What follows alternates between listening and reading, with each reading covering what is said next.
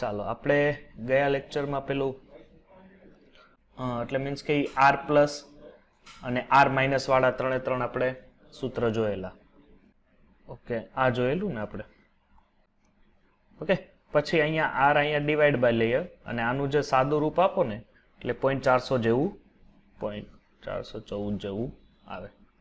Okay, ચાલો હવે આજે આપણે ચાલુ કરીએ અહીંથી. બહુ ધ્યાન આપજો, હવે કાંઈ એટલું બધું રહ્યું નથી સોલિડ સ્ટેટમાં. થિયરીમાં હવે થોડીક એવી થિયરી રહી છે અને ત્યારબાદ આપણે એમસીક્યુ જોશું. ધ્યાન આપજો, 12મા ધોરણના એમસીક્યુ જેટલા આપણે એમાંય ખાસ કરીને જે પહેલા 4 ચેપ્ટર છે, ઘનઅવસ્થા, સોલ્યુશન, ઇલેક્ટ્રોકેમિસ્ટ્રી અને કેમિકલ કાઇનેટિક્સ, રાસાયણિક ગતિકી, આ 4 ચેપ્ટરના એમસીક્યુ જેટલા વધારે કરશું, 50-60 જેવા એમસીક્યુ આપણે સોલ્વ કરશું તો આપણને ખબર પડશે કેવા પ્રકારના ક્વેશ્ચન એમાંથી આવી શકે. આમ બહુ ઇઝી છે પણ એમસીક્યુની પ્રેક્ટિસ અહીંયા માગશે. ઓકે, એટલે એમસીક્યુની પ્રેક્ટિસમાં એનું ખાસ ધ્યાન રાખો. ચાલો હવે જો મેં તમને કાલે આર પ્લસ અને આર માઇનસ વચ્ચેનું જે અંતર કીધેલું ને દીકરા, જો આ કોષ્ટકમાં તમને એ અંતર વિશેની માહિતી અહીંયા આપેલી છે. હવે જો અહીંયા આપણને સવર્ગાંક કોઈ એવો અણુ છે કે જેનો સવર્ગાંક 2 છે તેમના વચ્ચેનું અંતર, પછી સમતલ્ય હોય સવર્ગાંક 3 હોય તો એમના વચ્ચેનું અંતર 4 હોય તો, એટલે આ કોષ્ટક આખું યાદ રાખી લેવું. એના ઉદાહરણ સહિત આપેલા છે. જો સવર્ગાંક 4 હોય તો સમચતુષ્ફલકીય. પાછા 4 બે પ્રકારના હોય, એક સમતલ્ય ચોરસ હોય અને સમચતુષ્ફલકીય. આ થયો સમતલ્ય ચોરસ અને આ સમચતુષ્ફલકીય. તો એમની વચ્ચે જે આર પ્લસ આર માઇનસ વચ્ચેનું અંતર છે, ત્રિજ્યાઓનું અંતર છે 0.41 થી 0.73 વચ્ચે. સેમ જો અષ્ટફલકીયનું અંતર અને સમતલ્ય ચોરસનું અંતર સરખું હોય. પાછું સમચતુષ્ફલકીય અને અષ્ટફલકીયનું ડિફરન્ટ હોય. એટલે NaCl છે, અષ્ટફલકીય હોય તો સીઝિયમ ક્લોરાઇડ, સવર્ગાંક 8.73 થી 1 અને 1 થી વધુ જો સવર્ગાંક 12 હોય, જેમાં HCP હેક્ઝાગોનલ અથવા ક્યુબિક ક્લોઝ પેકિંગ રચના જે ઝિંક, મેગ્નેશિયમ, સિલ્વર કે કોપર છે.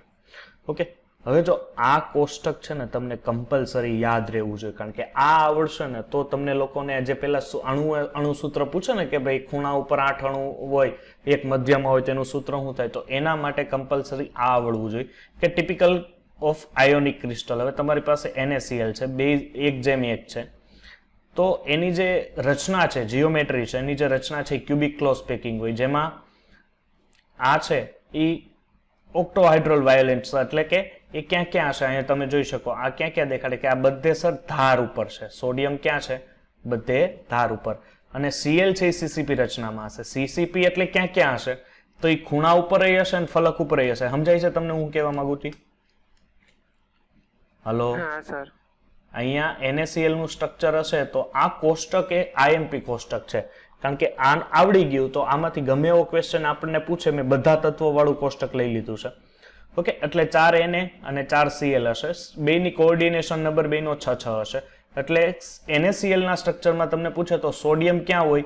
ધાર ઉપર હોય. અને Cl આખી CCP રચનામાં. આખી CCP એટલે હું કે ખૂણા ઉપર પણ હશે અને અહીંયા ફલક ઉપર પણ હશે. જો આ કાળા જે તમને ગ્રીન દેખાય એ ફલક ઉપર છે, અહીંયા અને ખૂણા ઉપર છે. ઓકે, ચાલો હવે જો સીઝિયમ ક્લોરાઇડ હોય તો સીઝિયમ ક્લોરાઇડ એ BCC રચના છે. BCC રચના એટલે સીઝિયમ છે એ એવરી કોર્નર એટલે બધા ખૂણે સીઝિયમ છે. પરંતુ BCC એટલે બોડી સેન્ટર એટલે કે Cl એક ક્યાં હશે? ફક્ત ને ફક્ત મધ્યમાં. બેનો કોઓર્ડિનેશન સવર્ગાંક છે 8-8, એક સીઝિયમ એક ક્લોરિન હોય એટલે એક જ આનું, એટલે આ પ્રકારના હેલાઇડ બનાવી શકે. પછી તમે ઝિંક સલ્ફાઇડ લ્યો તો ઝિંક સલ્ફાઇડમાં શું છે કે CCP રચના છે ZnS+2. હવે Zn અહીંયા ઝિંક સલ્ફાઇડમાં ક્યાં છે? જો એટ તો 50% ઓફ THV, ટેટ્રાહાઇડ્રોવોલેટ, એટલે અલ્ટરનેટ ટેટ્રાહાઇડ્રોલ વોઇડ, બરોબર છે? એટલે ક્યાં હશે? ચતુષ્ફલકીય છિદ્રમાં હશે. ક્યાં હશે? ચતુષ્ફલકીય. જ્યારે સલ્ફાઇડ શું હશે? બધામાં CCP રચનામાં તમને જોવા મળે છે. એટલે અહીં ZnS એના બાકીના ઉદાહરણો કે આ તત્વ છે એ ZnS જેવા હોઈ શકે. ઓકે, આ એનું સ્ટ્રક્ચર છે. એ જ પ્રમાણે તમે કેલ્શિયમ ફ્લોરાઇડ આવો તો એ પણ CCP. તો કેલ્શિયમ એ ક્યાં છે? CCPમાં. CCPમાં એટલે બધા સાઈડ ખૂણે અને બધી ફલકમાં. જ્યારે ફ્લોરિન ક્યાં છે? ટેટ્રાહાઇડ્રોલ વોઇડ. ટેટ્રાહાઇડ્રોલ વોઇડ એટલે શું થશે કે એ સાથે સાથે આપણે અહીં કહીએ છીએ ક્યાં ક્યાં હશે કે ધાર ઉપર હશે. ક્યાં હશે? ધાર ઉપર. ચાલો, N2O છે એ પણ CCP રચના, tetrahedral void, every element in CCP. ને આ ખાસ એના ઉદાહરણો પણ જાતે જોઈ લે. એટલે આ એક કોષ્ટક એવું લાગે તો 2 વાર લખવું પડે, 2 વાર આને લખી લેજો. બરોબર છે. 2 વાર લખીને આને યાદ કરજો એટલે આ બધી વસ્તુ આપણા માટે કોઈ સીસીપી બીસીસી એ રચના કોઈ નવી નથી, પરંતુ આ એક સમજવું ઉપરથી. બરોબર છે. ચાલો હવે જો આ સાદામાં સાદી તમને સરળ ભાષામાં મેં તમને અહીંયા લખી દીધું છે કે સવર્ગાંક કોનો કઈ જગ્યાએ. જો સાદો ઘન હોય તો એની થપ્પી કઈ રીતના હોય, એ તો સાહેબ એનો સવર્ગાંક ક્યાં હોય? જો એક જ સ્તરના 4 એટલે એક જ સ્તર હોય એના આ 4 અણુ, પછી એક ઉપરની બાજુ હોય અને અહીંયા રેડ કરું છું એ નીચેની બાજુ એટલે એનો સવર્ગાંક કેટલો? 6. બહુ સાદી અને સરળ ભાષામાં તમને અહીંયા સમજાઈ જાય. પેકિંગ ક્ષમતા આપણને ખબર છે સાદા સમઘનની હોય તો 52.36. પછી બીસીસી હોય તો એબી પ્રકારની રચના હોય. હવે એબી પ્રકારની રચના હોય દીકરા, જો ધ્યાન આપજો, એબી પ્રકારની અહીંયા રચના હોય તો શું હોય કે આ જે પરમાણુઓ છે, ધ્યાન આપો, આ જે પરમાણુઓ છે એમાં એક જ સ્તરના ગોળા સવર્ગાંક નહીં, પણ ઉપરના સ્તરના 4 અને નીચેના સ્તરના 4 એટલે કુલ કેટલા થશે? 8 ગોળાઓ થશે. એટલે એ પ્રમાણે અહીંયા બીસીસી રચના. તો અહીંયા તમને સમજાશે એફસીસી રચના અને એચસીપી રચનામાં? હા સર. હા, એક જ સ્તરના 6 હોય એટલે આ 6 હોય, અહીંયા આ 6 એટલે અહીં વચ્ચેનો અણુ હોય. બરોબર છે, ને આપણે બ્લેક પેનથી દર્શાવી દે. વચ્ચેનો અણુ છે એ 6, ઉપર 3 અને નીચેના ભાગમાં 3. બરોબર છે. કાલે મેં પેલે બુકમાંથી લીધેલું જ હતું પેલી આકૃતિ, એટલે એનસીઆરટીમાં બેઠી તમને આકૃતિ આપેલી છે. એની પેકિંગ ક્ષમતા છે 74% તમારી પાસે હાજરમાં. પછી છે હેક્ઝાગોનલ ક્લોઝ પેકિંગ રચના. તો તે જ સ્તરના સ્તર ઉપર 3 નીચે 3 એટલે કુલ કેટલી સંખ્યા? 12. એટલે હેક્ઝાગોનલ એટલે આપણને ખબર છે એચસીપી, એફસીસી અને સીસીપી રચના છે એ 3 સમાન રીતની છે. ચાલો હવે છે આપણી પાસે ક્ષતિ. ચાલો પેલી વસ્તુ મને એક જણાવજો, બધાને સ્ક્રીન આખી કમ્પ્લીટ દેખાય છે? હા સર. ઓકે. હા, તો ક્ષતિમાં કોઈ વસ્તુ કપાતી નથી, કારણ કે આ એક આખું તમે જો આ ચાર્ટ જોઈ લ્યો ને એટલે બધી ક્ષતિ આવડી ગઈ. ક્ષતિ એટલે શું થાય કે સાહેબ, ક્ષતિ એટલે શું કહેવાય કે કોઈ પણ ભૂલ. હવે એમાં ક્ષતિઓ જો સ્ફટિકની રચનાના કણો, એક મિનિટ, સ્ફટિકની રચનાના કણો દ્વારા થતી અનિયમિતતા. સામાન્ય રીતે 1 મોલ કણોની અંદર ક્ષતિ કેટલી હોય છે સાહેબ? 10⁶ ઘાત ક્ષતિ હોય. કેટલી હોય? 10⁶ ઘાત ક્ષતિ. જે તાપમાન વધતા શું થાય? વધે. એટલે એમાં જો તમે ટેમ્પરેચર ફેરફાર કરો તો એમાં ક્ષતિઓમાં ફેરફાર જોવા મળે. ક્ષતિઓના મુખ્ય 2 પ્રકાર છે, એક છે બિંદુ ક્ષતિ અને એક છે રેખા ક્ષતિ. બિંદુ ક્ષતિ કોને કહેવાય કે સ્ફટિકની રચનામાં કોઈ બિંદુ કે પરમાણુ આસપાસ અનિયમિતતા ઉદ્ભવે. ફરીથી કે સ્ફટિકની રચનામાં કોઈ બિંદુ કે પરમાણુની આસપાસ અનિયમિતતા ઉદ્ભવે તો એને બિંદુ ક્ષતિ. અને બીજું કે સમગ્રમાં તમે જો અહીંયા હું એબી લખું છું, ઓકે, અહીંયા બી, અહીંયા એ, બી એ, બી એ, એટલે આ રીતના હોય તો અહીંયા દાખલા તરીકે બી છે આની એ ની વધારે નજીક આવી ગયો છે. રેખા ક્ષતિ એટલે હું ખબર, અહીંથી એક આખો પટ્ટો જ, એટલે મીન્સ કે આ બી જ આખો નીકળી ગયો, એટલે આમ લાંબી લાઈન હોય ને બી ની, એ જ આખી નીકળી ગઈ, એને રેખીય ક્ષતિ કહેવાય. બિંદુ ક્ષતિની અંદર દીકરા 3 આપણે એક ભાગ છે તત્વયુગ્મિતીય ક્ષતિ કહી શકાય, અથવા એને આંતરિક શક્તિ અથવા એને ઉષ્માગતીય ક્ષતિ. ચાલો આપણે બિંદુ ક્ષતિમાં જ આગળ વધીએ. પેલું છે અવકાશ ક્ષતિ. અવકાશ ક્ષતિ એટલે શું થશે કે આખો એક મોલેક્યુલ્સ હોય, આખો એક અણુ હોય, એની અંદર ધન આયન, ઋણ આયન, ધન આયન, ઋણ આયન હોય. એમાંથી શું થાય કે ધન આયન અને ઋણ આયન આખા નીકળી જાય. બરોબર છે. જો નીચે આકૃતિ આપેલી છે તમને, તો અહીંયા જો આ બધા સ્થાન ખાલી પડ્યા. હવે ધન આયન અને ઋણ આયન અહીં નીકળી ગયા, અહીંયા હું લખી નાખું ખાલી સ્થાન. ધન આયન અને ઋણ આયન નીકળી ગયા એટલે એક આપણે એમ કહી શકીએ કે એ ધાતુની જે ઘનતા છે એ ઘનતામાં કોઈ ઘટાડો જોવા મળશે નહીં. કારણ ઘટાડો જોવા મળશે બીકોઝ ઓફ ત્યાંથી ધન આયન અને ઋણ આયન આખા નીકળી ગયા. દાખલા તરીકે તમને આ સ્ફટિક આપેલું છે, 1 મોલ સ્ફટિક છે. કેટલા મોલ છે? 1 મોલ. હવે એમાંથી અમુક અણુ નીકળી ગયા છે. અણુ નીકળી ગયા એટલે એ ધાતુની જે ઘનતા છે એમાં શું જોવા મળશે? ઘટાડો જોવા મળશે, કારણ કે એનું દળ ઓછું થશે because of D proportional to M. હવે છે આંતરાલ્ય ક્ષતિ. આંતરાલ્ય ક્ષતિ ક્યારે જોવા મળે કે જ્યારે ઘટક કણોની જે સાઇઝ છે, જેનું આકાર છે, એ આકારમાં મોટો ફેરફાર હોય. એને કારણે શું થશે કે દાખલા તરીકે આ રીતનું હું તમને એક આપું સંયોજન, બરોબર છે? અહીંયા જો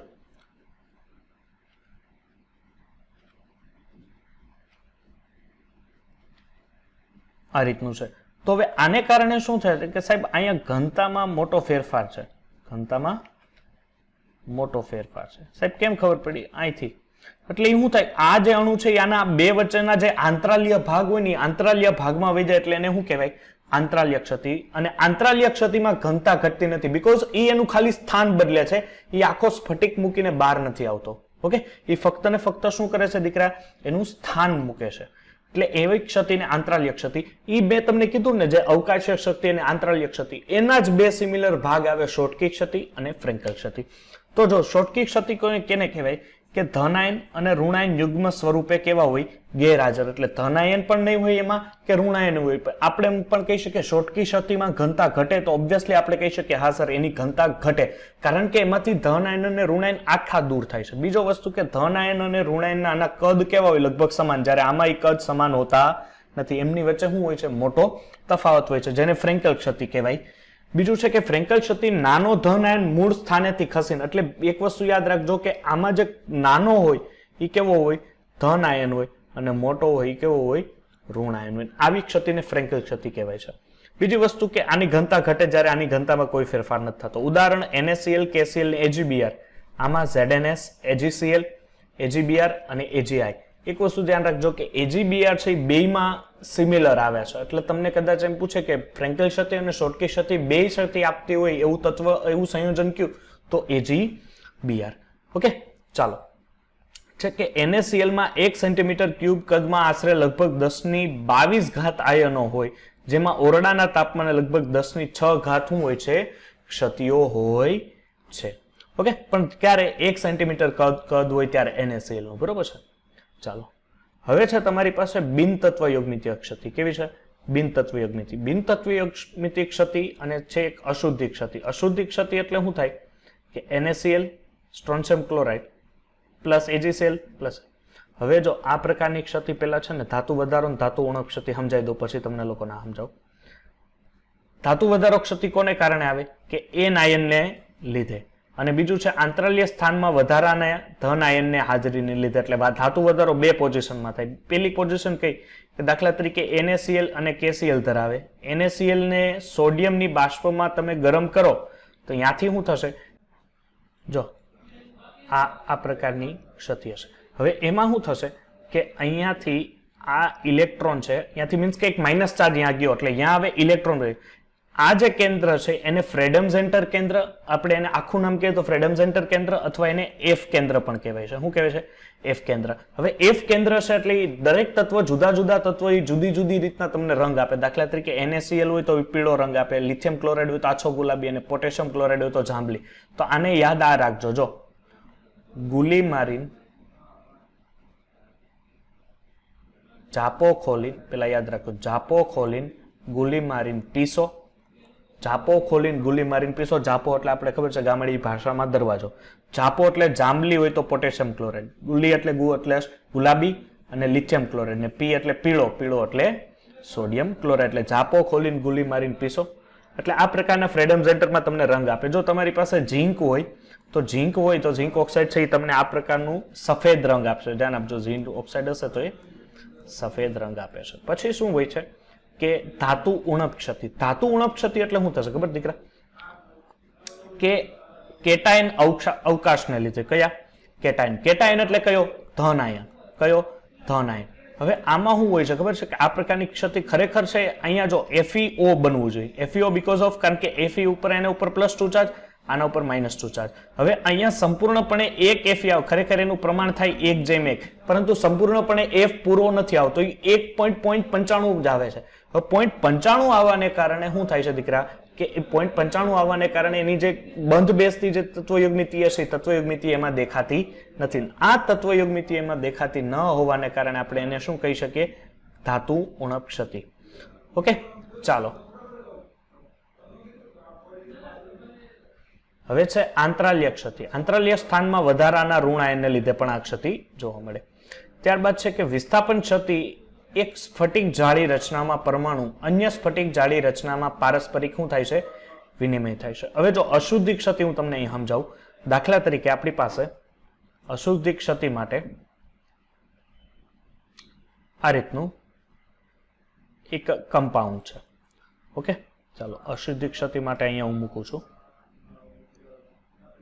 ચાલો, હવે જો આ પ્રકારે સ્ટ્રોન્શિયમ અને ક્લોરાઇડ. હવે સ્ટ્રોન્શિયમ ક્લોરાઇડ છે, સ્ટ્રોન્શિયમ ઉપર કયો ચાર્જ હોય, +2, એટલે અહીંયા 2 Cl હોય. હવે આ સ્ટ્રોન્શિયમ ક્લોરાઇડનું આમાં એડ કરું તો મારે અહીંથી છે ને 2 NaCl તોડવા પડે. કેટલા? 2 NaCl તોડવા પડે. બે NaCl તોડું, કારણ કે સ્ટ્રોન્શિયમ ઉપર +2 ચાર્જ થાય. સ્ટ્રોન્શિયમ ક્યારે ભેગો થાય કે જ્યારે બે Cl મેળવે ત્યારે.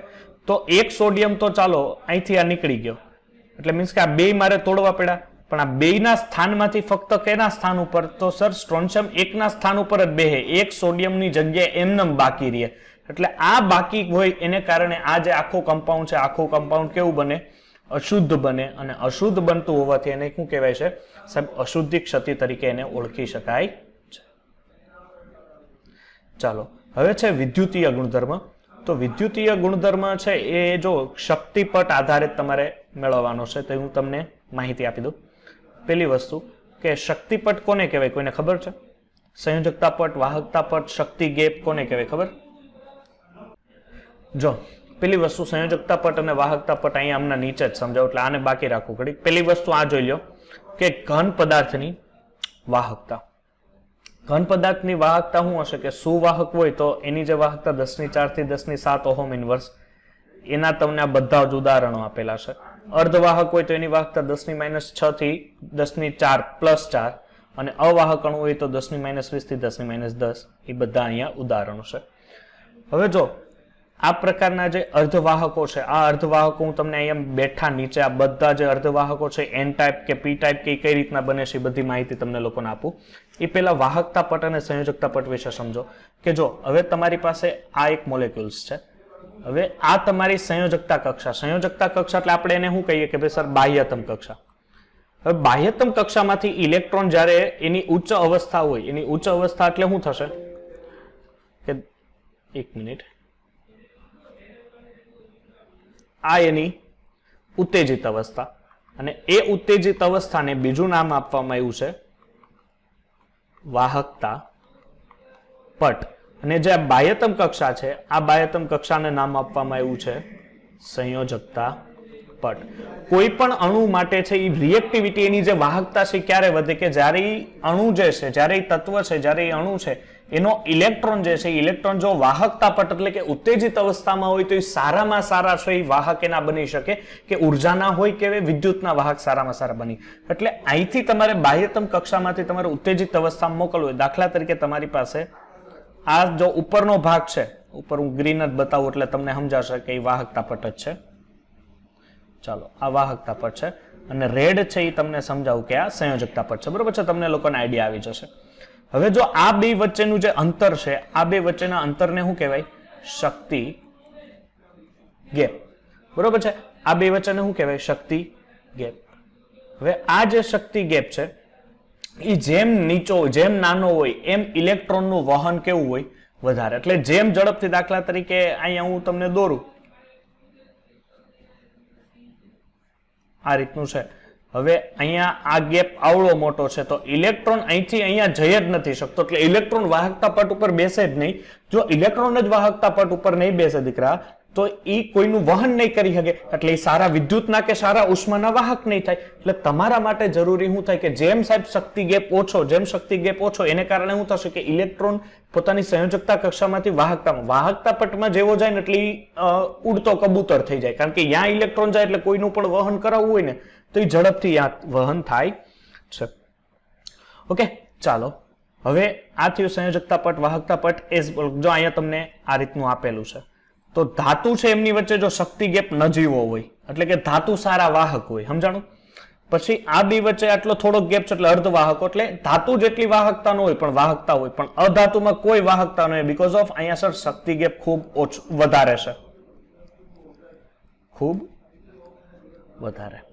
ચાલો હવે છે અર્ધવાહકો. હવે તો અર્ધવાહકો વિશેની જો અહીંયા તમારે માહિતી મેળવવી તો અર્ધવાહકો કેવા પ્રકારના હોય, બરોબર છે? કઈ કઈ રીતના સંયોજનો હશે અહીંયા ધ્યાન આપો કે બે પ્રકારના હોય. એક હોય ઇલેક્ટ્રોન સમૃદ્ધ કેન્દ્ર અને એક હોય ઇલેક્ટ્રોન ઉણપ વાળા કેન્દ્ર. ચલો ઇલેક્ટ્રોન સમૃદ્ધ વાળા કેન્દ્ર છે એ કોને કહેવાય કે ભાઈ 4 થી વધુ ઇલેક્ટ્રોન ધરાવતા હોય. કેટલા? 4 થી વધુ ઇલેક્ટ્રોન ધરાવતા હોય તો એ ઇલેક્ટ્રોન સમૃદ્ધ કહેવાય. દાખલા તરીકે ફોસ્ફરસ અને આર્સેનિક છે એને હું ડોપિંગ કરું છું. ધ્યાન આપજો, ડોપિંગ શબ્દ, ડોપિંગ એટલે કે એના ઉપર એને તમે ડોપ કરો છો. તો ડોપિંગ કરું તો અહીંયા હું કરું કે ભાઈ સિલિકોન અને જર્મેનિયમ છે. ફોસ્ફરસની બાહ્યતમ કક્ષા ઇલેક્ટ્રોન રચના 2, 8 અને 5. આ ભાઈની કેટલી? 2, 8 અને 4. તો આના ઉપર હું ડોપિંગ કરું તો આની પાસે 5 છે,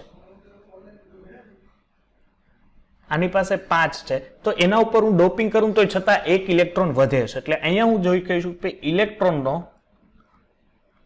વધારો હોવાથી, આ વધારો હોવાથી એને કારણે શું થશે કે ઋણ વીજભારિત બને. કેવો બને? ઋણ વીજભારિત. અને ઋણ વીજભારિત બનતો હોય તો તમે લોકો એને શું કહો? સર અમે એને કહીએ એન ટાઈપ, નેગેટિવ ટાઈપ. હવે એ જ પોઝિશન તમે અહીંયા લાગુ પડો કે 4 થી ઓછા ઇલેક્ટ્રોન હોય, 4 થી ઓછા ઇલેક્ટ્રોન. દાખલા તરીકે અહીંયા તમે ફોસ્ફરસ લીધો તો અહીંયા લ્યો સિલિકોન, જર્મેનિયમ, અને 4 થી ઓછા ઇલેક્ટ્રોન હોય એવું કોણ છે? તો ભાઈ સર બોરોન અને એલ્યુમિનિયમ. મૂર્ખો ડોપિંગ કરો 2, 8 અને 4. અહીંયા 2, 8 અને 3. હવે અહીંયા ડોપિંગ કરો, ધ્યાન આપજો, અહીંયા ડોપિંગ કરો તો અહીંયા 1 ઇલેક્ટ્રોન આના માટે ઘટે છે. હવે એ ઇલેક્ટ્રોનનો શું જોવા માટે કે 1 ઇલેક્ટ્રોનનો ઘટાડો. હવે 1 ઇલેક્ટ્રોનનો ઘટાડો હોય એટલે એને કારણે શું કહેવાય? એ ધન ભારિત. અને ધન ભારિત બનતો હોવાને કારણે તમે એને પી ટાઈપ. પી ટાઈપ એટલે સાહેબ, પી ટાઈપ એટલે શું થાય સાહેબ? પી ટાઈપ એટલે થાય પોઝિટિવ ટાઈપ. એટલે આ છે એ તમને ટ્રાન્ઝિસ્ટરમાં ઉપયોગ થાય, અર્ધવાહકોમાં ખાસ કરીને એનો ઉપયોગ થાય. રેક્ટિફાયર, રેક્ટિફાયર એટલે એસી પ્રવાહનું ડીસી પ્રવાહમાં રૂપાંતરણ કરવા. એક છે પીએનપી ટ્રાન્ઝિસ્ટર, એનપીએન ટ્રાન્ઝિસ્ટરમાં, એનપીએન ટ્રાન્ઝિસ્ટરમાં એનો ખાસ કરીને ઉપયોગ કરવામાં આવે છે. ફોટોડાયોડ છે, ફોટોડાયોડનું કાર્ય શું હોય કે પ્રકાશ ઉર્જાનું સીધું જ વિદ્યુત ઉર્જામાં રૂપાંતરણ કરવા માટે એનો ઉપયોગ થાય છે. ચાલો હવે છે લાસ્ટ આપણે ઘન અવસ્થા માટે ચુંબકીય ગુણધર્મ. ચલો, ચુંબકીય ગુણધર્મ એટલે શું? તમને ખબર છે કે ઇલેક્ટ્રોન હોય, ઇલેક્ટ્રોન એ આ જે કક્ષામાં ગતિ કરતો હોય ને એ કક્ષામાં 2 પ્રકારની ગતિ કરે. કઈ કઈ? તો એ ધરી ભ્રમણ કરે અને પરિભ્રમણ કરે. મીન્સ કે પોતાની ધરી ઉપર પણ ફરે અને એ જે કેન્દ્ર છે, જે ન્યુક્લિયસ છે એની આજુબાજુ પણ ફરે. એટલે ઇલેક્ટ્રોન છે એ અહીંયા પોતાની ધરી આ પરિભ્રમણ કરે છે અને અહીંયા ઇલેક્ટ્રોન ધરી ભ્રમણ કરે છે. એટલે હું કહી શકીએ કે ભાઈ ઇલેક્ટ્રોન છે એ પોતે ચુંબક તરીકે વર્તે છે. બરોબર છે? ઇલેક્ટ્રોન છે એ ચુંબક તરીકે વર્તે છે. એ રીતના આપણે એની માહિતી મેળવી હતી. એમાં અલગ અલગ એના ગુણધર્મો છે. એમાંથી પ્રથમ જે ગુણધર્મ છે એ છે અનુચુંબકત્વ. અનુચુંબકત્વ એટલે શું થાય? અનુચુંબકત્વ એટલે કે જે ચુંબક પ્રત્યે તમે કોઈ પણ એવું તત્વ લ્યો છો, કોઈ પણ એવું સંયોજન લ્યો છો જેને તમે ચુંબક પ્રત્યે મૂકો છો, તો એ ચુંબક પ્રત્યે જો જે સંયોજન અથવા અણુ અથવા આયન ચુંબક પ્રત્યે નિર્બળતાથી આકર્ષણ ધરાવતા હોય. હવે ચુંબક પ્રત્યે એવું નથી હોતું જરૂરી કે ચુંબક પ્રત્યે જ હોય. બરોબર છે? કારણ કે આપણને ખબર છે કે ચુંબક હોય તો એની પાસે શું હોઈ શકે કે ચુંબકની આજુબાજુ પોતાનું ચુંબકીય ક્ષેત્ર હોય. તો એ ચુંબકીય ક્ષેત્રમાં પણ જો આવે અને ચુંબક પ્રત્યે આકર્ષણ દેખાડે તો એને અનુચુંબકત્વ કહેવાય છે. દાખલા તરીકે હું ઉદાહરણ આપું, કોપર. કોપરની ઇલેક્ટ્રોન રચના, કોપર પેલા 29, કોપર છે એ અપવાદવાળી ઇલેક્ટ્રોન રચના છે એટલે અહીંયા લખીએ આર્ગોન. તો આની પાસે ઇલેક્ટ્રોન રચનામાં શું હશે? આની મીન્સ કે પેલા તો કોપરની સાદી બોલો તો કોઈને આવડતી હોય તો? 3d9. 3d9, yes, very good. 4s2. 3d9 4s2. અહીંથી હવે 2 ઇલેક્ટ્રોન હું કાઢું, ધેટ મીન્સ હું આને Cu+2 માં ફેરવું તો આર્ગોન 3d9, 3d10. 3d10 નહીં થાય ને, સોરી, હા આ 3d10 4s1 થશે ને 4s1. કોપરની. ઉભો રે 1 મિનિટ, એની ઇલેક્ટ્રોન રચના આ થાય. બરોબર છે? અને હવે ઇલેક્ટ્રોન રચના થાય 3d9 4s0. સમજ પડી? કારણ કે અપવાદવાળી છે ને. હવે આમાં ઇલેક્ટ્રોન ગોઠવો તો 1 2 3 4 5 6 7 8 અને 9. ધેટ મીન્સ અહીંયાથી પકડાઈ ગયો સાહેબ, આની અંદર અયુગ્મિત ઇલેક્ટ્રોન છે. અયુગ્મિત ઇલેક્ટ્રોન હોય એનો મિનિંગ શું થાય? કે અયુગ્મિત ઇલેક્ટ્રોન હોય એનો મિનિંગ થાય કે સહી અનુચુંબક. સાહેબ અનુચુંબક કેમ આપે? જો હું અહીંયા ઉદાહરણ કરો કે અહીંયા 2 ઇલેક્ટ્રોન છે, 2 ઇલેક્ટ્રોન છે એટલે એક યુગ્મ છે. એક ઇલેક્ટ્રોન ચુંબકત્વ, જો ધ્યાન આપજો કે સર આ +2 વાળા, સોરી અહીં Cu+2 વાળા જ કેમ? એટલે મીન્સ કે જેની પાસે અયુગ્મિત ઇલેક્ટ્રોન છે એ અયુગ્મિત ઇલેક્ટ્રોન જ કેમ ચુંબક પ્રત્યે આકર્ષણ છે? દાખલા તરીકે અહીંયા 2 ઇલેક્ટ્રોન છે, એક આ છે એક આ છે. હવે એ દરેક આપણને ખબર છે કે દરેક ઇલેક્ટ્રોન છે એ ઇન્ડિવિડ્યુઅલી શું છે? ચુંબક તરીકે વર્તે છે. એ મેં ઉપર સાબિતી આપી. તો સાહેબ એ ઉપર જે સાબિતી આપી, દાખલા તરીકે આ ચુંબક તરીકે વર્તે તો આનો S ધ્રુવ હશે અને આનો N ધ્રુવ હશે.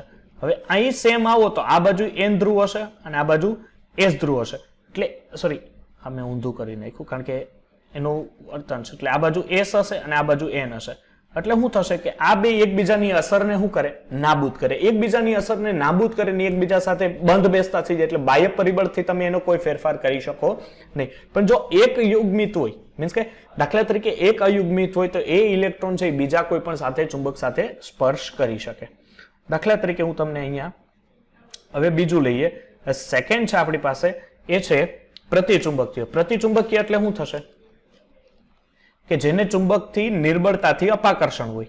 જે ચુંબક પ્રત્યે નિર્બળતાથી અપાકર્ષણ પામે છે. જે ચુંબક પ્રત્યે નિર્બળતાથી અપાકર્ષણ પામે છે. ચુંબક પ્રત્યે નિર્બળતાથી અપાકર્ષણ પામતો દાખલા તરીકે હું કહી શકું NaCl, H2O, બરોબર છે. આ બધા જ કેવા છે કે નિર્બળતાથી ચુંબક પ્રત્યે અપાકર્ષણ પામે છે અને ચુંબક પ્રત્યે કોઈ આકર્ષણ હોતું નથી. થર્ડ છે મારી પાસે, એ છે ફેરો મેગ્નેટિક. હવે ફેરોમેગ્નેટિક એટલે શું થશે? તો ફેરોમેગ્નેટિક એટલે કઈક વસ્તુ તમારે એના ઉદાહરણ આપો કે કોણ કોણ આપે ફેરોમેગ્નેટિક. તો આયર્ન છે, કોબાલ્ટ છે, નિકલ છે, ગેડોલિનિયમ છે, ક્રોમિયમનો ઓક્સાઇડ છે, બરોબર છે. આ બધા જ કેવા છે? એક પ્રકારે આપણે એમ કહી શકીએ કે સારા એવા ફેરોમેગ્નેટિક સંયોજનો છે, લોક ચુંબકત્વ તરીકે છે. હવે ધ્યાન આપજો, અમુક એવા ઓક્સાઇડ હોય કે એમાંથી એક વસ્તુ કહેતા ભૂલી ગયો તમને આગળ પહેલામાં, કે અમુક એવી ધાતુ ને એના માટે એન ટાઈપ PNP ટ્રાન્ઝિસ્ટર માટે ઉપયોગ થાય. એમાંથી એક વસ્તુ યાદ રાખજો કે રેનિયમ ઓક્સાઇડ. ધ્યાન આપો, કોણ? કે રેનિયમ ઓક્સાઇડ છે એ વાહકતા અને એનો દેખાવ છે કોપર જેવો હોય. રેનિયમ ઓક્સાઇડની વાહકતા અને એનો દેખાવ કેવો હોય? કોપર જેવો હોય. ચાલ આપો, દાખલા તરીકે આ બધી ધાતુ છે. આ ધાતુની અંદર આ રીતના સંયોજનો હોય અને એની અંદર આ રીતના ડોમેન હોય. ડોમેન એટલે શું થશે કે એની દિશાઓ હોય. હવે આ ડોમેન વાળી જે ધાતુ છે, આ ડોમેન વાળી ધાતુને તમે લોકો જો ચુંબકીય ક્ષેત્રમાં લાગુ પાડો. કેમાં લાગુ પાડો? ચુંબકીય ક્ષેત્રમાં જો તમે એનો લાગુ પાડો એટલે શું કરવાનું ખબર? તમે આને લગ્ન કરવી દો. જેવા આને કોઈ માણસ લગ્ન કરી દો એટલે આપણને ખબર છે લગ્ન કરી દો તો માણસ કેવો થઈ જાય? સાહેબ સીધો થઈ જાય. તો આ બધા જેટલા તમને ડોમેન દેખાય, બધા ડોમેન ઈ ગમે એ દિશામાં સીધા થાય. મીન્સ કે એવું નથી કે જમ ઉપરની તરફની દિશામાં જ સીધા થાય કે નીચેની તરફની દિશામાં સીધા થાય, એવું જરૂરી નથી. એ સીધા થઈ જાય. ઓકે, એટલે આ બધા ડોમેન છે એ આમ દાખલા તરીકે હું ઉપરની દિશા આપું તો આ ઉપરની દિશામાં એટલે એની દિશા એક થઈ જાય. સમજ્યા? ડોમેનની દિશાઓ છે એ કેવી થઈ જાય? એક થઈ જાય. ને આ ડોમેનની દિશાઓ એક થઈ જાય. પછી જો તમે ચુંબકીય ક્ષેત્ર લાગુ પાડેલું છે એ પાછું લઈ લો એટલે કે તમે એને છૂટાછેડા કરવી નાખો. પણ આપણને ખબર છે ને, આપણે ત્યાં એક કહેવત છે કે દૂધના દાજેલા છાસે ફૂકીને પીવે. ચુંબકીય ક્ષેત્ર દૂર કરી લ્યો ને તોય એના ડોમેન છે ને એ સીધા સીધા રહે, એમાં કોઈ ફરક જોવા મળે નહીં. ઓકે, ખબર પડશે? આને ફેરોમેગ્નેટિઝમ કહેવાશે. પછી હવે બે છે, ફેરીમેગ્નેટિઝમ અને એક સાદું છે પ્રતિલોહ ચુંબકત્વ એટલે એન્ટી ફેરોમેગ્નેટિઝમ કહેવાય. ફેરોમેગ્નેટિઝમ શું હોય કે એના ડોમેન છે એ જેટલા સીધા હોય એટલા જ પાછા નીચે હોય. એટલે કે જો સમાન હોય તો એટલી જ માત્રામાં સમાન હોય. નીચેની તરફ જેટલા હોય, દાખલા તરીકે ઉપરની તરફ 10 છે તો એટલા જ પાછા નીચેની તરફ 10 હશે. આડા 5 હોય તો એટલી જ સમાન માત્રામાં આ સાઈડના 5 હોય. એટલે કે એની જે કહી શકે, આને હું ફેરીમેગ્નેટિઝમ કહી છું. આ જે ફેરીમેગ્નેટિઝમ છે એના ઉદાહરણ છે Fe3O4 તમે લઈ લો, કે મેગ્નેશિયમ Fe2O4 છે, દાખલા તરીકે ઝિંક Fe2O4 છે. એટલે આ પ્રકારના, એટલે જેને એમાં આપણે એમ કહી શકીએ અંશતઃ લોહ ચુંબકત્વ. શું છે? અંશતઃ લોહ ચુંબકત્વ, જેમાં સમાંતર અને ભિન્ન સમાંતર ડોમેન છે એની સંખ્યા કેવી હોય છે? સમાન. પછી છે પ્રતિલોહ ચુંબકત્વ. પ્રતિલોહ ચુંબકત્વ કોને કહેવાય? કે એ સંયોજનો એવા તત્વ છે કે જેટલા અપ સાઈડ હશે એટલા જ કેવા હશે? ડાઉન સાઈડ હશે. અને એને કારણે એમાં ચુંબકીય ચાકમાત્રા શું થાય છે? રદ થાય છે. એટલે આમાં ચુંબકીય ચાકમાત્રા રદ હોય છે, અથવા આપણે એમ કહી શકીએ ચુંબકીય ચાકમાત્રા એમાં રદ થાય છે. ઓકે, તો આ તમારું થયું સોલિડ સ્ટેટ છે એની થિયરી છે એ અહીંયા પૂરી થઈ. હવે આપણે એના MCQ ઉપર જઈએ. ચાલો, ફટાફટ એમસીક્યુ જોઈએ, એક એમસીક્યુ જોતા જઈએ કે ભાઈ શું છે. ચાલો પહેલામાં પ્રશ્નમાં શું આવશે જવાબ? કે ફલક કેન્દ્રિત હોય તો એકમ કોષની એકબીજા એકમ કોષ સાથે સમાન રીતે વહેંચાયેલો હોય, જાળીદાર રચના હોય તો આ ફલક કેન્દ્રિતમાં કેટલી સમાન રીતે વહેંચાયેલો હશે? શું જવાબ આવશે? બી આવશે. નહીં, બી નહીં, ડી આવે, ડી. 6 કેટલા? કુલ 6 હોય એની સાથે. એની આજુબાજુના ગણવાના ને, વચ્ચે તમે એકમ કોષને રાખો, બરોબર છે? વચ્ચેના એકમ કોષને હવે ફલક કેન્દ્રિત છે એટલે એની ફલક કેટલી હોય? 6 હોય. તો એનો મિનિંગ એની આજુબાજુ 6 ફલક બીજા એકમ કોષો આવી શકે કે નહીં? એટલે 6. ચાલો શું છે હવે? સેકન્ડ છે કે નીચેનામાંથી કોની લેટિસ ઉર્જા વધારે હશે? લેટિસ ઉર્જા કોની વધારે હોય? કે જેની સોલ્યુબિલિટી ઓછી હોય. ધ્યાન આપજો, એક શરત યાદ રાખજો કે લેટિસ ઉર્જા એની વધારે હોય કે જેની સોલ્યુબિલિટી ઓછી હોય. તો આપણને ઓબ્વિયસલી એક વસ્તુ ખબર હોવી જોઈએ કે પાણીમાં ઓછી દ્રાવ્યતા છે એને કારણે એની લેટિસ ઉર્જા કેવી હોય? વધારે હોય. ઓકે, ચાલો આ મેં તમને કોષ્ટક આપેલું. જો આ પ્રશ્ન હું સોલ્વ કરવામાં તમને થોડીક મદદ કરું કે એ છે એ તમને વેલ્યુએશન આપેલી છે તો હું અહીંયા કહી શકું કે a is equal to B છે કારણ કે b ની વેલ્યુ સરખી છે, but b is not equal to c. સમજાણું? તો તમને યાદ આપેલું 210 1200 શું હતું? 210 1200. સાહેબ ચાલો જોઈ લઈએ હવે કે આલ્ફા અને બીટા 90 છે, જ્યારે ગેમા 120. મેં તમને કીધું હતું ગેમા 120 એકનો જ હોય. કોનો હોય? ષષ્ઠ ફલકીય એટલે હેક્ઝાગોનલ, બરોબર છે? તો અહીંથી તમે જોઈ શકો અહીંયા શું આવે? ઘટે ઓ હેર એટલે જો એક છે પણ ઇક્વલ ટુ છે આગલામાં છે. ક્લિયર? ચાલો ચોથો ક્વેશ્ચન કે જો z એ એકમ કોષના અણુઓની સંખ્યા છે, જો નજીકના પેકિંગ ક્રમનું પ્રતિનિધિત્વ કરે છે, abc પ્રકારની રચના આપે છે. કઈ રચના આપે છે? abc પ્રકારની રચના આપે છે. તો abc પ્રકારની જો રચના આપતી હોય તો એ ટેટ્રાહેડ્રલ વોઇડ્સની સંખ્યા કોને બરાબર હોય છે? આપણને ખબર છે જો ઓક્ટાહેડ્રલ હોય, ઓક્ટાહેડ્રલ એટલે શું થાય? અષ્ટફલકીય. જો અષ્ટફલકીય n હોય તો સમચતુષ્ફલકીય એટલે કે ટેટ્રાહેડ્રલ કેટલા હોય? 2n હોય. પણ આપણને અહીંયા n નહીં પરંતુ z આપ્યા છે, ધેટ્સ વાય આપણો આન્સર 2z. ક્લિયર? ખબર પડશે? ચાલો ab2 પ્રકારનું જે બંધારણ છે એ શેમાં જોવા મળે છે? મેં ઉપર તમને માહિતી આપેલી કે ab2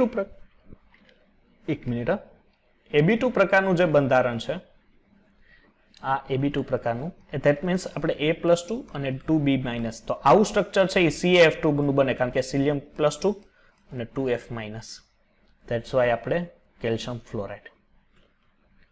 ચાલો સમઘનીય, છઠ્ઠો પ્રશ્ન. સમઘનીય લેટિસમાં આંતર આણ્વીય સંયોજન લિથિયમ સિલ્વરનું સ્ફટિકીકરણ કરે છે, જેમાંથી લિથિયમ અને ચાંદી બંનેનો સવર્ગાંક 8 છે. બંનેનો સવર્ગાંક કેટલો છે? 8 છે. તો સ્ફટિકનો વર્ગ કયો હશે? હવે બેયનો સવર્ગાંક 8 છે. જો મેં પેલું કોષ્ટક આપેલું તમને લોકોને, જો આ કોષ્ટકનો મેં કીધેલો ને ઉપયોગ કરજો તમે લોકો. બંનેનો સવર્ગાંક 8 હોય તો એ BCC રચના હોય. જોવો તો દેખાય છે? સમજણ પડી? યસ ઓર નો? હા સર. બંનેનો સવર્ગાંક 8 હોય તો એવું કયું છે કમ્પાઉન્ડ? જોઈએ તો BCC હતું. તો BCC ઓપ્શનમાં છે કે નહીં? જોવો તો આર્યો અંતઃકેન્દ્રિત ઘન, ઓપ્શન નંબર બી રાઈટ. જો બધા ક્વેશ્ચન છે APMT ની છે, એમ્સ છે અને નીટ છે, એના પ્રીવિયસ યરના બધા ક્વેશ્ચન લીધેલા. ચાલો સાતમો પ્રશ્ન જોવો કે એ આયનો અને એક આયનીય સંયોજનોમાં એ ક્યાં છે? ઘનના ખૂણે હોય તો એની હિસ્સોદારી કેટલી હોય? 8 × 1/8 એટલે કેટલો થાય? 1. ચાલો બી ક્યાં છે? આયનો ફલકની મધ્યમાં. કેટલી ફલક હોય દીકરા? 6. એકનો હિસ્સો કેટલો હોય? 2 3, that means 3, that means A B 3 એવો ઓપ્શન દેખાય તમને? Yes, C. ચાલો કોઈ ડાઉટ? ના સર. ફાસ્ટ લાગે છે MCQ થોડીક કરાવવામાં? ના સર. ઓકે ચાલો હવે આઠમો પ્રશ્ન જોવો.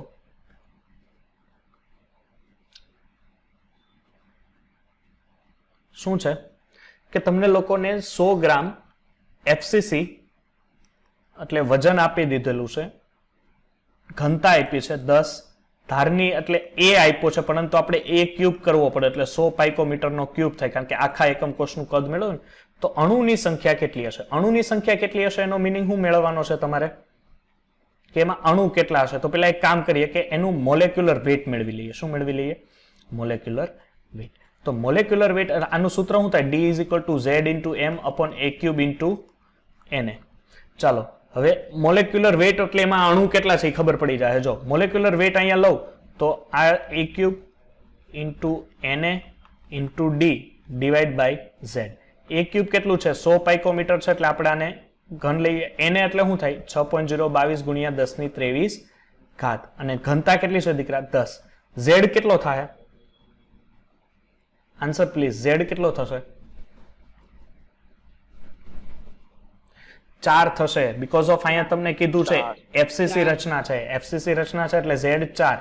આની તમે લોકો જો કેલ્ક્યુલેશન મારશો, બરોબર છે, હું તમને હિન્ટ આપી દઉં.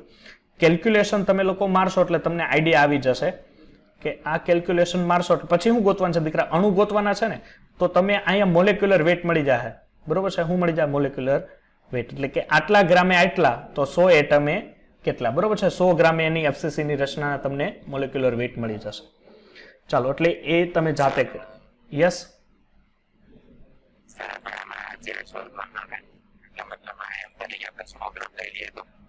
હા ચાલે. તારો દીકરા કેશવ, તારો અવાજ બહુ રફ આવે છે, આવતો જ નથી. કઈક હેન્ડસ્ફ્રીમાં પ્રોબ્લેમ હશે કે કંઈક વાંધો હશે. બહુ રફ અવાજ આવે છે. નહીં, નથી આવતો. ચાલો, 9મો પ્રશ્ન જોવો. શું છે કે નીચેનામાંથી કયા આયન સંયોજનો સ્ફટિકમાં તમે ધન આયન અને ઋણ આયન કેન્દ્રો વચ્ચે મહત્તમ અંતરની અપેક્ષા હશે? એટલે કેમની વચ્ચે તમે અંતર સૌથી વધારે હશે? આ તો એક આપણે કહી શકીએ ઇનઓર્ગેનિકનો પ્રશ્ન કહી શક્યા કે એમાં સૌથી વધારે બંધ લંબાઈ, મહત્તમ અંતર એટલે કોની બંધ લંબાઈ સૌથી વધારે હશે? કયો તો. cesium iodide. Very good, cesium iodide. Because of, કારણ કે cesium એ પહેલા સમૂહનું છેલ્લું તત્વ છે અને આયોડીન એ 17મા સમૂહનું છેલ્લું તત્વ, એટલે બેયના કદ મોટા થયા. બેયના કદ મોટા એટલે બેયની બંધ લંબાઈ સૌથી વધારે. ચાલો, 10મો પ્રશ્ન કે એક આણ્વીય પદાર્થની એક ફલક કેન્દ્રિત સમઘનીય એકમ કોષમાં સમાયેલા અણુ અને પરમાણુની સંખ્યા કેટલી હશે? અણુ અથવા અણુઓની સંખ્યા કેટલી હશે? 4. Very good. મેક્સિમમ 4 સુધી હોય એટલે આપણે લઈ શકીએ 4. ચાલો, 11મો જાતે થાય ફટાફટ, કોઈ વાર નહીં. હમણાં જ આ પ્રશ્ન આવી ગયો ને, રહેવા દો. પ્રશ્ન ઉપર આવી ગયો છે કે A અને B સ્ફટિકીકરણ પામે. A ઘનના ખૂણે હોય એટલે A ઘનના ખૂણે એટલે 8 × 1/2.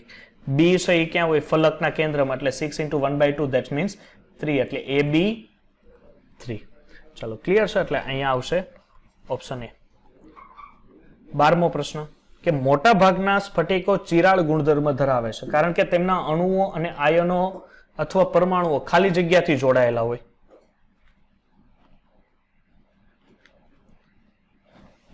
ધ્યાન આપજો. આ ચિરાળ ગુણધર્મ એટલે શું થાય કે તમે એને ચપ્પા વડે કાપો એટલે બે સમતલ સપાટીમાં ગોઠવાયેલા, તો શું હોય એના માટેનો ઓપ્શન કે સમતલમાં ગોઠવાયેલા હોય છે. ક્યાં ગોઠવાયેલા હોય છે? સમતલમાં ગોઠવાયેલા હોય છે. ચાલો, પછી શું છે કે N2O. ધ્યાન આપજો, સવર્ગાંક વાળો પ્રશ્ન છે. સવર્ગાંક વાળો પ્રશ્ન છે, ધેટ મીન્સ જાતે કરવો. મેં તમને કોષ્ટક આપેલું જ છે, એમાંથી લડો. ચાલો, ક્ષતિ વાળો પ્રશ્ન કે સ્ફટિકોમાં ક્ષતિ ત્યારે જોવા મળે જ્યારે આન્સર ક્ષતિ ક્યારે જોવા મળે? 14મો ફટાફટ. જો સ્ફટિકની ઘનતા વધે તો આપણે ક્યાંય એવો પ્રશ્ન નથી આવ્યો કે ઘનતા વધે, બરોબર છે. ક્ષતિમાં એવું ક્યાંય નથી. બીજું કે લેટિસથી ધન આયન અને ઋણાયન અસમાન સંખ્યામાં ખૂટે, એવું ક્યાંય નથી. ધન આયન અને ઋણાયન ખૂટે પણ એ સમાન સંખ્યામાં ખૂટે. એ સમાન સંખ્યામાં, અસમાનમાં ન ખૂટે. એટલે આ પણ ખોટું. આયન તેની સામાન્ય અવસ્થા છોડી દે આંતરાલીય સ્થાન ઘેરે નહીં. એ ઓલરેડી પહેલાથી સામાન્ય અવસ્થામાં હોય જ. જો ધ્યાન આપજો, અહીંયા તમે ટીક કરીને આવશો સી.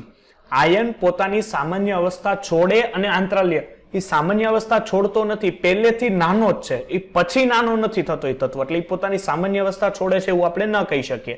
એટલે આ 3 એ 3 નહીં આવે. એટલે ઓબ્વિયસલી ચોથો વધે કે લેટિસમાંથી સમાન સંખ્યામાં ધન આયન અને ઋણ આયન. એ ક્ષતિ કોણ આપે?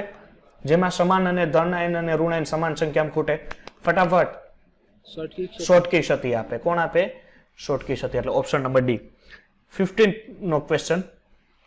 ચાલો, કે કોની રચનામાં શોર્ટકી ક્ષતિવાળા આયનીય ઘન સામેલ છે? તો ઓબ્વિયસલી પહેલો જ તમને ઓપ્શન દેખાઈ જાય કે જે આન્સર એ. ચાલો, 16મો, કે શોર્ટકી ક્ષતિ એ કોના જાડીય રચનામાં અપૂર્ણિતાની વ્યાખ્યાઓ કરે છે?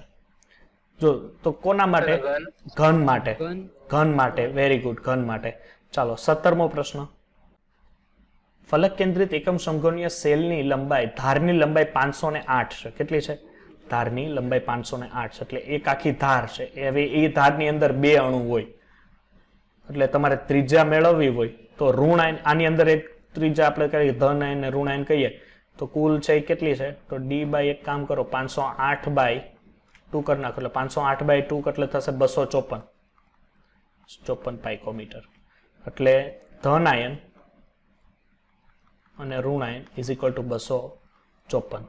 ઓકે, તમને ત્રિજ્યા કેટલી આપેલી છે? ધન આયનની કેટલી આપી છે સાહેબ? ધન આયનની મને આપેલી છે 110. તો ઋણ આયનની મેળવવાની આવડશે? 254 - 110 એટલે 144 સી. ચાલો, 18મો, કે સોડિયમ ક્લોરાઇડ સ્ફટિકની સાયનોમેટ્રિક ઘનતા આપેલી છે 2.165 × 10⁻. હવે ક્ષ કિરણોની ઘનતા છે 2.1778. તો સોડિયમ ક્લોરાઇડની વપરાયેલો અંશ કેટલો હશે? સોડિયમ ક્લોરાઇડના વપરાયેલો ભાગ કેટલો હશે? જો તમને બે વચ્ચેનો ડિફરન્સ પહેલા મેળવી લો. જે આ ઘનતા છે ને, આવો પ્રશ્ન આવે એટલે શું કરવાનું ખબર છે? બે વચ્ચેનો ડિફરન્સ મેળવી લો કે કેટલો છે. કે આનો છે 2.178 અને 2.165. ઓકે, બેની ઘાત સમાન છે એટલે કોઈ ફેરફાર નહીં. એટલે આ જવાબ આવશે 0.013 × 10⁻3.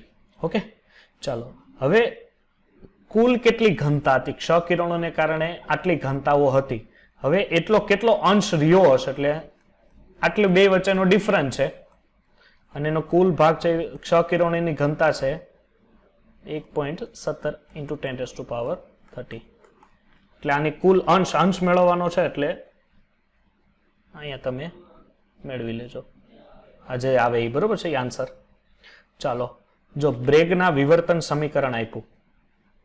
હવે બ્રેગનું અહીંયા હું લખું છું. ઓકે, 19મો પ્રશ્ન સરસ છે. જો આપણે તમારા માટે આઈ થિંક જો પહેલી વાર હોય તો જોઈએ કે બ્રેગના વિવર્તન ક્ષ કિરણના બીજા ક્રમે lambda is equal two 1 angstrom છે. લેમ્બડા કેટલો છે?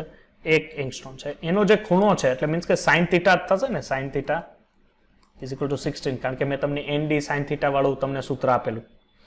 કોણ ધરાવે છે? સ્ફટિકમાં વિપરાયેલ સમતલનું અંતર શોધો. શું શોધવાનું છે? સમતલનું અંતર. સમતલનું અંતર એટલે શું શોધવાનું થાય?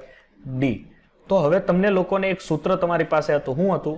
n × lambda is equal two 2D sine theta. Okay, તમારે શું મેળવવાનું છે? ડી મેળવવાનું છે. ધેટ્સ વાય આપણે શું કરી શકીએ? n × lambda upon 2 × sine theta. પણ સાઇન કેવા? 16. સાઇન કેવા? 16 બીકોઝ ઓફ 60 ડિગ્રી તમને આપેલું છે. જો આમાંથી બધી વેલ્યુએશન તમે લોકો મૂકો તો આની જે વેલ્યુએશન થશે પૂરું, કારણ કે સાઇન 60 એટલે શું થાય? √3/2 થાય. બરોબર છે? √3/2 પણ તમે લઈ શકો કોઈ પણ. બસ બધી વેલ્યુએશન તમે લોકો હવે અહીંયા મૂકી દો.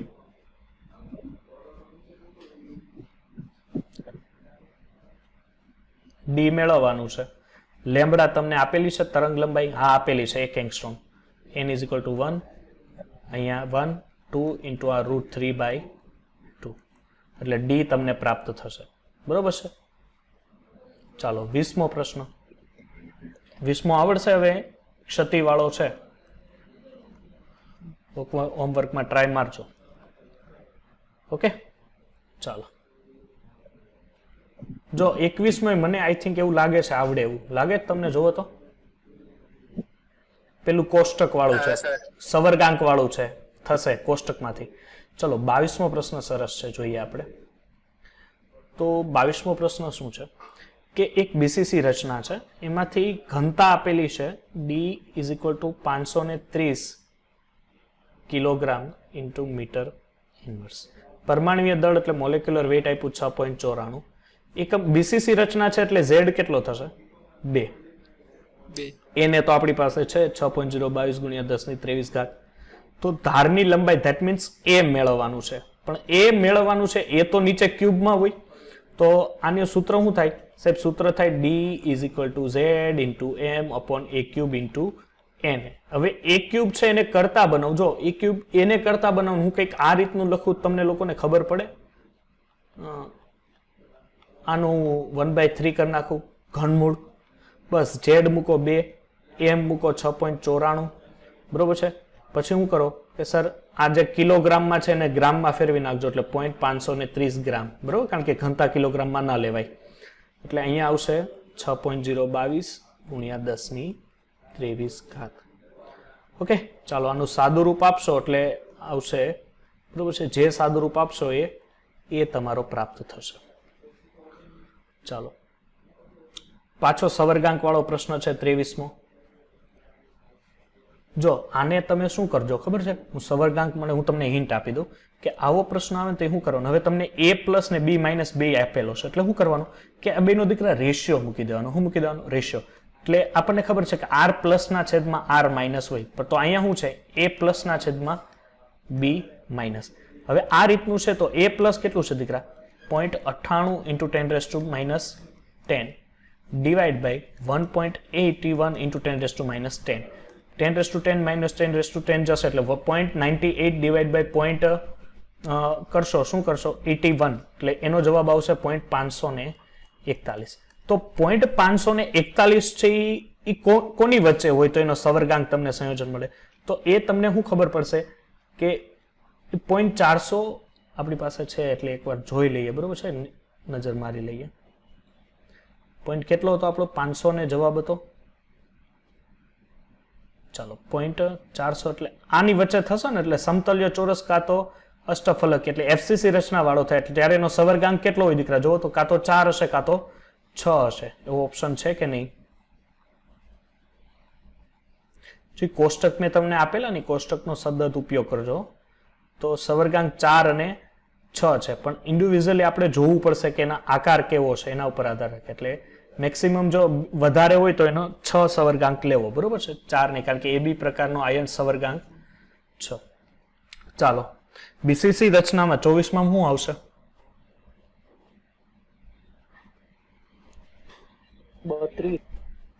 32%, કારણ કે એની ભરેલી કેટલી હોય?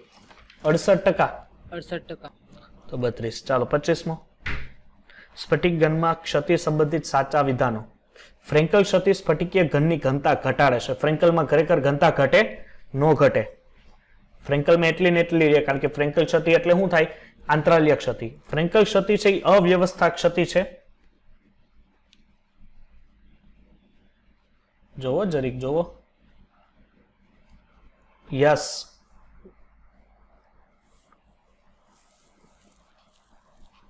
અવ્યવસ્થા, કારણ કે એમાં અણુઓ અસ્તવ્યસ્ત આંતરાલ્ય સ્થાનમાં વહી જાય ને. જ્યારે આ બે નીચેના સાચા છે, કોઈ ખોટું નથી એમાં. ચાલો 26મો પ્રશ્ન કે તમને લોકોને શું આપેલું છે કે આપેલી ધાતુમિક સ્ફટિકમાં ક્યુબિક બંધારણ સાથે 361 પાઇકોમીટરની ધારની લંબાઈ. જો એક એકમ કોષ 4 ધાતુના અણુઓ હોય, હવે 4 ધાતુના અણુઓ એટલે અહીંથી જ ખબર પડી ગઈ કે સાહેબ આ FCC રચના છે. ઓકે, તો FCC ની ત્રિજ્યાનું સૂત્ર શું થાય? તો એનું સૂત્ર થાય A = 2√2 × R. શું થાય? 2√2 × R. તો અહીંથી R ને કરતા બનાવતો A/2√2. એ કેટલો છે તમને આપેલો છે? હા સાહેબ આપેલો છે 361. 361 × 2 × √2. આવડે R મેળવતા? હા સર. ચાલો 27મો પ્રશ્ન. બીસીસી રચના છે. બીસીસી રચનાનું સૂત્ર કયું થાય R નું? √3a/4. √3a/4. એટલે એ કરી લેજો. ચાલો હવે જુઓ D વાળો પાછો પ્રશ્ન આવ્યો છે. હવે આ થવો જોઈએ. D = Z × M / A³ × N થશે? હા સર. એ સિમ્પલ છે. તમારે એમાં ખાલી આણ્વીય દળ જ બનાવવાનું છે એટલે M ને કરતા બનાવવાનો છે. બરોબર છે, કોઈ અઘરો પ્રશ્ન નથી. ચાલો, હીરો છે સવર્ગાંક વાળો પણ તમારી ઉપર મૂકું છું કે પ્રતિ એકમ કોષ કાર્બન અણુઓની સંખ્યા કેટલી હોય.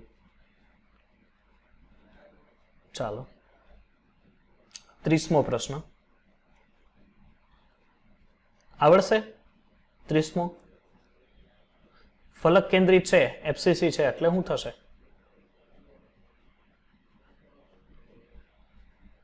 આવડશે ને? હમણાં જ આપણે સૂત્ર મૂક્યું, પરમાણુનો વ્યાસ મેળવવાનો છે 31 કે સીસીપી રચના હોય તો એક પરમાણુ દીઠ અષ્ટફલકીય છિદ્રોની સંખ્યા કેટલી હોય? 31મો. આપણને ખબર અષ્ટફલકીય n હોય તો આ 2n હોય, ધેટ મીન્સ અષ્ટફલકીય પરમાણુ દીઠ એક છિદ્રોની સંખ્યા કેટલી હોય? 1. ચાલો, સરસ પ્રશ્ન આવ્યો કે મિશ્ર ઓક્સાઇડમાં સીસીપી રચનામાં ચતુષ્ફલકીય છિદ્રનો કેટલો ભાગ રોકાય છે?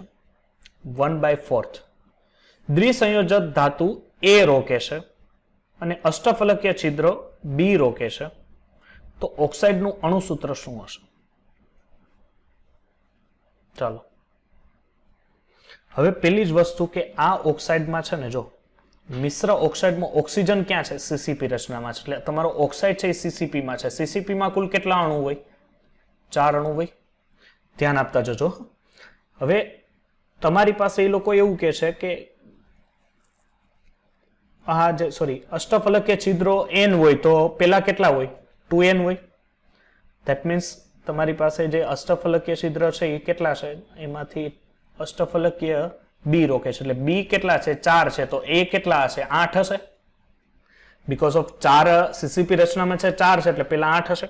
હવે A ભાઈ છે એ કેટલું રોકે છે? તો સાહેબ A ભાઈ ફક્ત રોકે છે, ચતુષ્ફલકીય છિદ્ર રોકે છે 1/4. ધેટ મીન્સ 1/4 રોકતા હોય તો 4 દુને 8. 4 દુને 8 રોકે છે, એટલે અહીંયા હવે A કેટલા આવ્યા? 2. તો A 2 આવે એવો B અને C છે.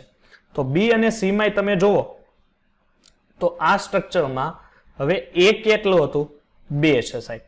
B કેટલું છે? 4 છે. અને O કેટલું છે? એ પણ 4 છે, કારણ કે સીસીપી રચનામાં છે. ચાલો, કોઈ ડાઉટ છે આમાં?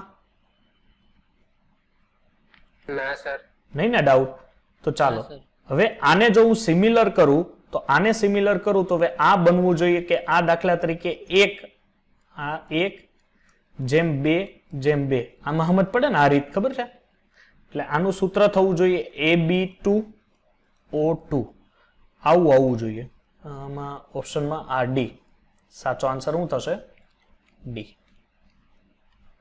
બીકોઝ ઓફ, કારણ કે આપણે આ ચેન્જીસ કર્યું ને, જો ખરેખર આ પણ આવી શકે, A2 B4 O4 આવી શકે, પરંતુ અહીંયા કોઈ એવી B3 હતું એટલે મેં પહેલા એમ કીધું કે A2 પણ ખરેખર આપણે હવે સોલ્યુશન કર્યું એટલે Ab2O2 આવશે. કોઈ ડાઉટ આમાં? ના સર. ઓકે, ચાલો. શું છે? ધન આયન AB રચના NaCl જેવી બનાવે છે. NaCl બનાવે છે તો R પ્લસ અને R માઇનસ ઋણ આયનની ત્રિજ્યા, આનો રેશિયો શું હતો? આ શું હતું? 0.414. હવે તમને લોકોને કેની ત્રિજ્યા આપી છે? ધન આયનની આપી છે. કેટલી છે? 100 પાઇકોમીટર. ઋણ આયનની મેળવવાની છે 0.414. આવડે? 100 ભાગ્યા 0.414. 100 ભાગ્યા 0.414 એટલે 241 પોઈન્ટ જેવો સમથિંગ જવાબ આવશે. ઓકે,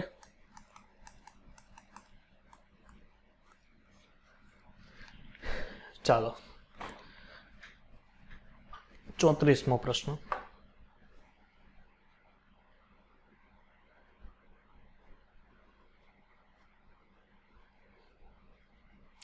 થશે? ત્રિજ્યા મેળવવાની છે, બે આયનો વચ્ચેનું અંતર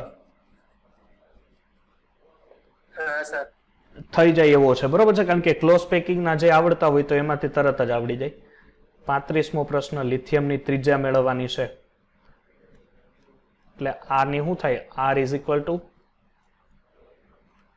√3 × A4. એ તમને આપેલું છે, કેટલું છે? 351. 4 લિથિયમની પરમાણ્વીય ત્રિજ્યા મળી જાય. બહુ ઇઝી પ્રશ્નો છે. જો 36મો પ્રશ્ન આઈ થિંક એવો જ છે, પરમાણ્વીય ત્રિજ્યા વાળો જ છે, એટલે આ પણ થાય જાતે. જો ન થાય તો પાછું મને કાલે જાણ કરવી તો હું કરાવું, બરોબર છે. બાકી થઈ જાય. બીસીસી વાળો ફરીથી આવ્યો 32 જોવો તો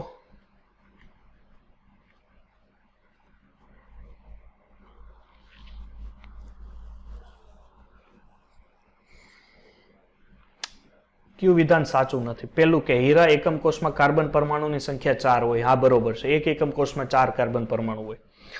સ્ફટિકનું વર્ણન બ્રેવિસ લેટિસની સંખ્યા 14 છે. હા કે ના?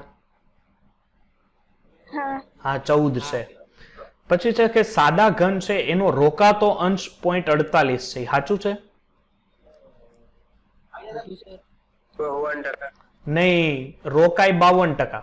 ખાલી કેટલું હોય? 48. હવે અંશનું કે તો 0.52 અંશ રોકાય અને 0.48 ખાલી રહી, એટલે આ ભાઈ ખોટા છે. દેટ મીન્સ સાચું કયું નથી આપણને મળી ગયું. ચાલો 39મો ક્વેશ્ચન. હજી હમણાં પીએનપી ટ્રાન્ઝિસ્ટર વાળું ભણાયું કે કોની સાથે નીચેના તત્વોમાંથી કોઈ સિલિકોન ડોપ કરવું જોઈએ કે જેથી પી પ્રકારનું ક્યારે પોઝિટિવ ક્યારે કે જ્યારે ઇલેક્ટ્રોન ઘટે ક્યારે મેં હજી જ સમજાયું કે સિલિકોન તમે લ્યો અને સામે બોરોન અને એલ્યુમિનિયમ લ્યો. સિલિકોન 2, 8 અને 4 હોય, જ્યારે આ 2, 8 અને 3 હોય, એટલે એક ઇલેક્ટ્રોન ઘટે ક્યારે? જ્યારે બોરોન. ચાલો 40મો તો આવડવો જ જોઈએ, નકર તમારો વારો પડી જાય.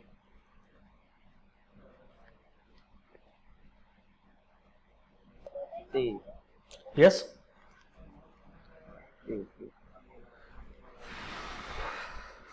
Yes C. 41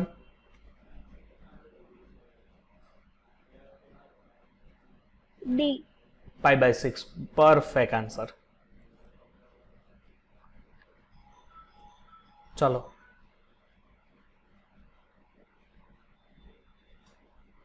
જો આ દાખલો છે ને બેઠો એનસીઆરટી નો છે. આ પ્રશ્ન બેઠો એનસીઆરટી. એક વસ્તુ ધ્યાન આપજો, અહીંયા 10⁻⁴ છે, અહીંયા 10⁻³ પણ હોઈ શકે. એનસીઆરટી તમારી બુકમાં પાછળ બેઠો દાખલો છે. 43 ઘન આલ્કલી હેલાઇડમાં રંગનો ગુણ સામાન્ય રીતે કોને કારણે? એફ કેન્દ્ર. એફ કેન્દ્રનું બીજું નામ શું છે? ફ્રેડમ સેન્ટર કેન્દ્ર. Very good, very good, very good, very good, very good. હા હા. ચાલો સ્ફટિકની ઘનતા તમારે મેળવવાની છે. થશે હું આમાં મૂકશો D is equal to Z into M upon A cube into Na. સાહેબ Z છે. હા શું છે? સિઝિયમ બોરાઇડ તમને કીધું છે. સિઝિયમ બોરાઇડ એટલે કે થાય બીસીસી રચના થાય. એટલે તમને કોષ્ટક તો આવડવું જોઈએ. સિઝિયમ બીસીસી એટલે આ બે તમને મોલેક્યુલર વેઇટ આપેલા છે. સિઝિયમ બ્રોમાઇડનું બંનેનું ઇન્ડિવિજ્યુઅલી તમને અલગ અલગ આપ્યું છે, તમારે ભેગું કરી નાખવાનું. એટલે આનું તમે ભેગું કરો એટલે 133 + 80 એટલે 213 થાય. એક ક્યુબ આપ્યું છે. આ રહ્યું સાહેબ ધારની લંબાઈ, એટલે આનો ક્યુબ કરી નાખજો. 436.6 ક્યુબ ઇન્ટુ એવોગેડ્રો આપેલું છે 6.022 × 10⁻³ એટલે શું મળી જશે? સ્ફટિકની ઘનતા. હવે આ સ્ફટિકની ઘનતા આ રીતના તમને મળી જાય. પણ તમારે સિઝિયમ અને બ્રોમાઇડ અલગ અલગ છે, એટલે ઘનતા જે મળે ને, આ ગણજો ત્યારે ઘનતા જે મળે ને એને /2 કરી નાખજો, બરોબર છે? એટલે સિઝિયમ અને બ્રોમિન કારણ કે બે અલગ અલગ તત્વ છે, એટલે પર યુનિટ સેલ મેળવવાનું થશે. ચાલો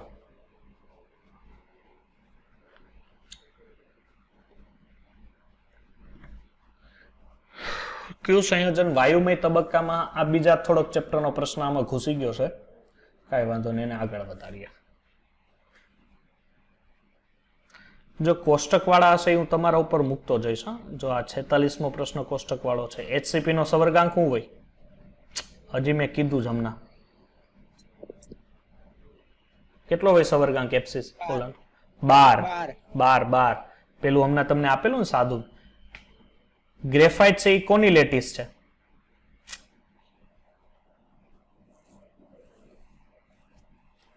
તો સાહેબ ઈ કેમ ખબર પડે? ઈ ઓલા કોષ્ટક ઉપરથી ખબર પડે. ઘટેઓહેર, બરોબર છે. પછી હું આતું ઉદાહરણ હતા ખબર? સોટી સગ્રે. ગ્રે એટલે શું થતું? ગ્રેફાઇટ. ગ્રેફાઇટમાં સામે કોણ આવે? હેક્ઝાગોનલ. That means D. 49 નંબરનો ક્વેશ્ચન. આવડશે? પાછું અણુનો વ્યાસ વાળું જ આવ્યું છે. એફસીસી લેટિસ છે, તમારી પાસે એ છે, તમારી પાસે પેકિંગ ધારક માટે એટલે શું મૂકવાનું થશે? ત્રિજ્યા વાળું સૂત્ર, એટલે R = બરોબર છે. આ સૂત્ર મૂકી દો એટલે તમને લોકોને આન્સર પ્રાપ્ત થશે.